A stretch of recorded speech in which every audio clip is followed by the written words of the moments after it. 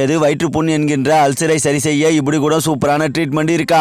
ஆமாங்க, திடீர்னு நிறைய பேருக்கு நெஞ்சு பயங்கரமா எரியும், சாப்பிட்டது எல்லாமே எகுத்து எகுத்து வரும். அது மட்டும் இல்லாம சாப்பிட்டதுக்கு அப்புறம் வயிறு பயங்கரமா வலிக்கும், ஒரு சில டைம்ல வாய் துர்நாற்றம் கூட அடிக்கும். இந்த அறிகுறிலாம் உங்களுக்கு இருந்ததுனாக்கா உங்களுடைய வயிற்றுல புண்ணு இருக்குதுன்னு அர்த்தம். இப்ப நானும் அந்த வயிற்று புண்ணை சரி செய்யக்கூடிய ஒரு சூப்பர் ட்ரீட்மெண்ட் தான் எங்க பசங்களுக்கும் சொல்லி தர போறேன். இந்த சூப்பர் ட்ரீட்மெண்ட்டை ஒரு டாக்டர் தான் சொல்லி கொடுத்தாங்க, நானும் ட்ரை பண்ணி பார்த்தேன். அது சூப்பராகவே ஒர்க் அவுட் ஆகுது.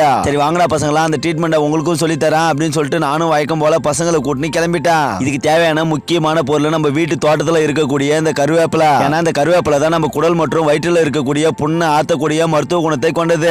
அதெல்லாம் அந்த கருவேப்பிலையை நல்லா சுத்தமா கைவிட்டு ஒரு மிக்சி ஜார்ல தனியா உருவி போட்டுடணும். அதுக்கப்புறம் அது கூட லேசா தண்ணியை சேர்த்து நல்லா அரைச்சி எடுத்துக்கணும். கடைசியா இது மாதிரி ஒரு டம்ளர்ல சுத்தமான மோரை எடுத்துக்கணும். நம்ம அரைச்சி வச்சிருக்கிற கருவேப்பிலையை ஒரு கோலி குண்ட அளவு அதுல போட்டு நல்லா கரைச்சி எடுத்துக்கணும். கண்டிப்பா இது ரெண்டும் நல்லா மிக்ஸ் ஆகுற மாதிரி கலந்து எடுத்துக்குங்க. அதுக்கப்புறம் அந்த கருவேப்பிலையை கலந்த மோரை எடுத்து யாருக்கு வயிற்று புண்ணு இருக்குதோ உங்களுக்கு இது மாதிரி குடிக்க சொல்லி கொடுத்தா மட்டும் போதும். கண்டிப்பா உங்களுக்கு இருக்கிற வயிற்று புண்ணுலாம் கொஞ்ச நாள்லயே சரியா போயிடும். அவ்வளவுதானே தம்பி. இதுக்கப்புறம் டெய்லிக்கும் காலையில தூங்கி அஞ்சோடனே கொஞ்சோண்டு கருவேப்பிலையை அரைச்சு மோர்ல கலந்து எடுத்துக்க.